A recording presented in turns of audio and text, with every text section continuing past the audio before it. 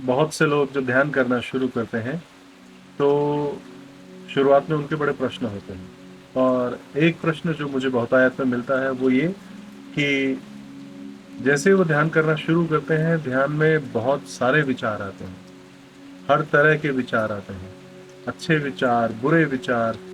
उनकी स्थिति ऐसी होती है कि जब वो ध्यान कर रहे हैं तब उनको ज़्यादा विचार आते हैं, और जब वो ध्यान नहीं कर रहे हैं उस समय उनको कम विचार आते हैं। तो ऐसी स्थिति में वो एक बहुत बड़ी गलती करते हैं कि वो ध्यान करना बंद कर देते हैं।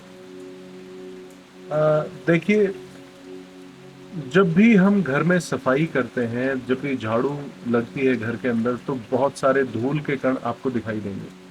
पूरे घर में धूल के कण दिखाई देते हैं, और पूरे घर में धूल के कण दिखाई दे रहे हैं तो इसका मतलब ये नहीं है कि आप झाड़ू लगाना बंद कर देते हैं, बल्कि आप झाड़ू लगाते रहते हैं जब तक कि वो जो सारी धूल है वो घर से बाहर नहीं हो जाती है।